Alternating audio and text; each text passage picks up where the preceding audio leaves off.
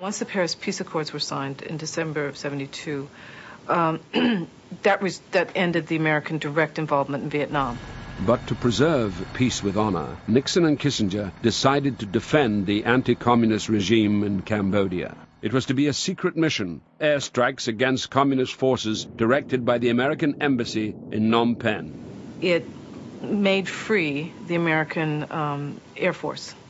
They could not bomb in Laos, they could not bomb in Vietnam, so that began the incredible bombing of Cambodia. And this is when the number of bombs dropped, equaled the amount of bombs dropped on Japan during World War II.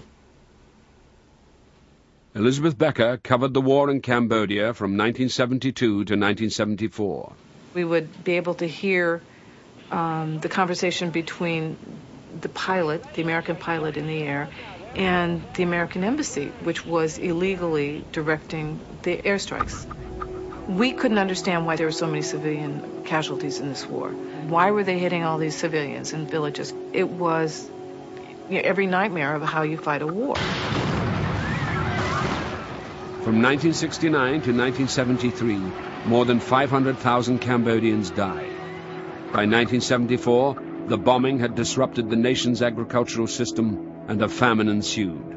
Over 2 million refugees poured into overcrowded cities. American policy in those years towards Cambodia helped create the conditions, perhaps the only conditions, in which the Khmer Rouge came to power. The Khmer Rouge drew strength from the chaos of the country. When they seized power in 1975, they forced populations of entire cities back to the countryside. Then they began a policy of exterminating their enemies in execution grounds that came to be known as killing fields. By 1979, another 3 million Cambodians had lost their lives.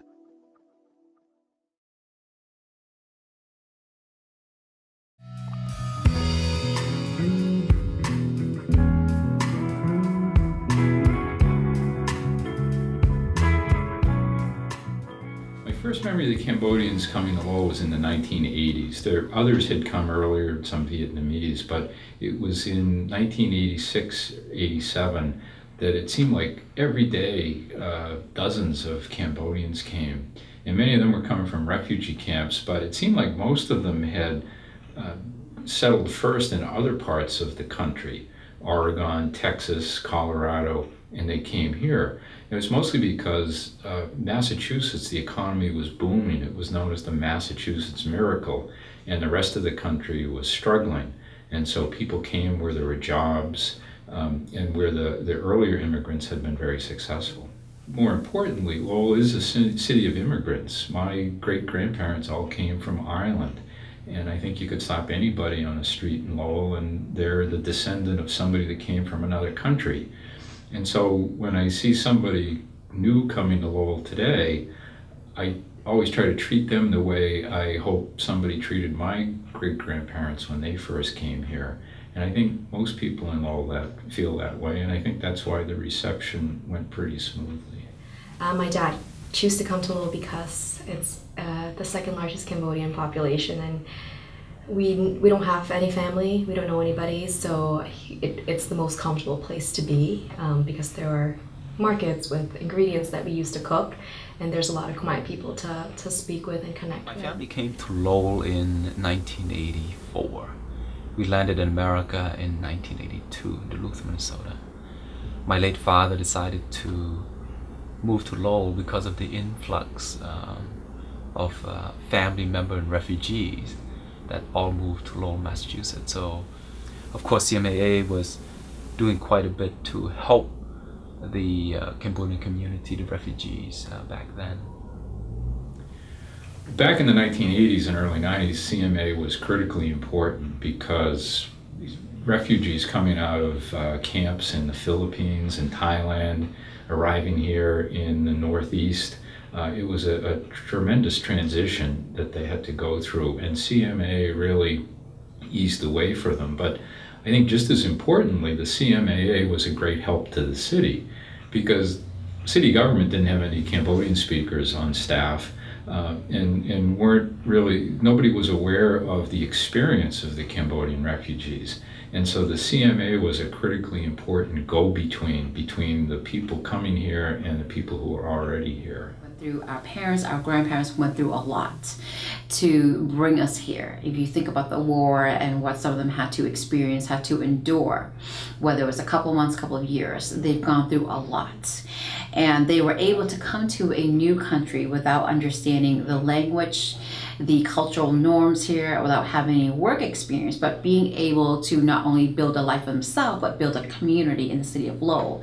And so I would want the youth to understand that, and so then strive to be better, meaning going beyond high school education, having post-secondary degrees, whether it's a bachelor's, a master's, and then striving to not only just own their businesses, but enter the corporate world. So it's being able to do more than our parents could so that we can make them proud, but at the same time, it's not to forget our roots and where we come from. It's to hold on to our culture while we're striving to do better, to be successful in this country.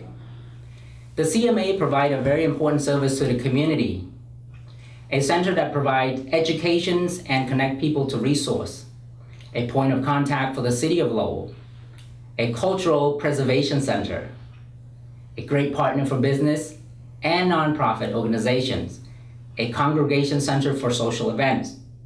Most importantly, CMA is a trusted organization for the Cambodian community. I am very grateful for the opportunity to work for the CMA with people that are very passionate and kind in giving back to the Cambodian community. The CMAA provides a variety of programs. I think the first couple of programs we have are in partnership with other nonprofits in the area.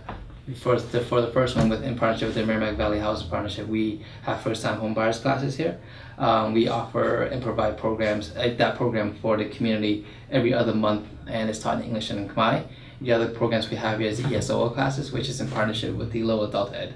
And that class is to teach Khmer folks how to speak English, but not just Khmer folks, also different community members as well. We also have a developing program, which is called the Young Professionals Program. This program teams up college students with different mentors from the community, nonprofit leaders, small business leaders, basically providing resources for college students to be prepared to work in the real world. We also have Khmer literacy classes on the weekends, and we are also developing health and financial literacy classes.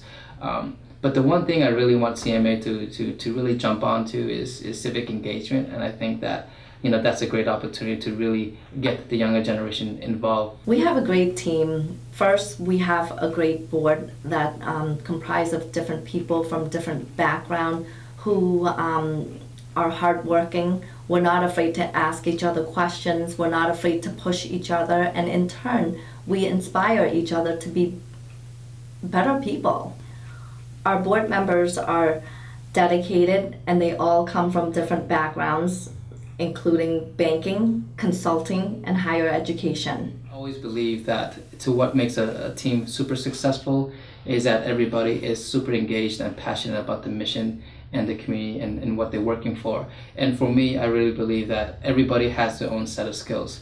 And if we're able to recognize those set of skills and utilize it and kind of like refine it and help them make it shine, I think as a team, everybody will play a part. And I think that it will make the organization rise. Since being here the last 5 months, I really believe in a lot of like positive energy and motivating and shaking hands and checking up on each other. I honestly think that to make a team strong is to really make a family out of it. And right now I feel like CMA has a very close-knit family that that we're always helping each other out. We always check up on each other. And I think that once you have that family, the community is able to sense and feel that, and so they can see that the CMA is not just about the work that they do, but they also care internally about each other, and that really shows and really kind of highlights the positive messages that we're trying to portray into the community. I wanted to come back and volunteer my time because there was a period of my life where I needed to prove to myself and to others that I can be successful. And so I left Lowell in the sense that I took an opportunity in Boston. So for the past 10 years, I've been very involved with Boston, giving back in that city. And I realized that I need to dedicate my time to my own city where I grew up at. And so I'm at a place where I've learned a lot, I've experienced some things, so I want to be able to share that and get back to the community and also to an organization that was a part of my life at a very early age. Now is an exciting time for CMAA and the Cambodian community. I'm very proud and excited to be a part of such an important organization during one of its most important years in history. In the past 30 years, we've accomplished a lot. There's still work to be done, but we can't do it alone. We need to continue to work together. Well, CMAA has a critically important role to play right now, and I think there's three ways. One is to provide services for those who do come here, who are newcomers. The other one is, I think, encourage Cambodians to become more active in the political process, particularly by voting, because that's how you make change and you make your community better, is by participating in the community. And I think the third way is by encouraging young people to get involved, to become leaders. And the way you do that is create positive role models so that the next generation coming up sees, well, if somebody else has done it, I can do it too.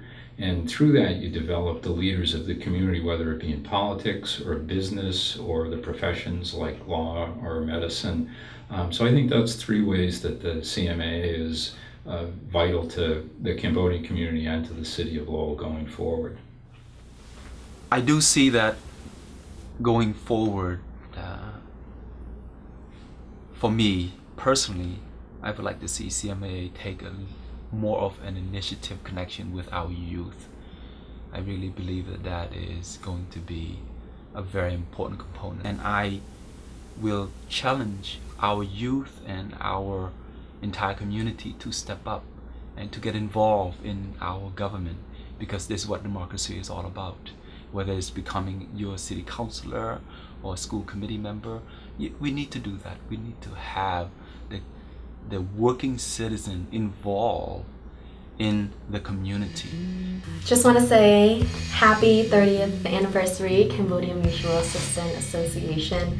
It's been an honor to be a part of your organization the past 2 years, and I look forward to being a part of the growth for the next 30 years to come. Happy anniversary. I would like to congratulate the CMA on their 30th anniversary. Congratulations of 30 years of services. Happy 30th anniversary to CMAA. I want to congratulate CMAA on a milestone, which is the 30th anniversary of the CMAA. I congratulate everyone, and to all of the board members and to all of the many volunteers that's Happy 30th anniversary, CMAA. Say CMAA, congratulations, Cambodia Mutual Assistance Association of Greater Lowell.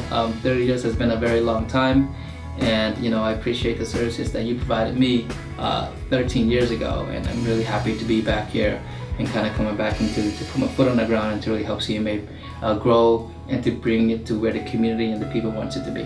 So happy 30th anniversary.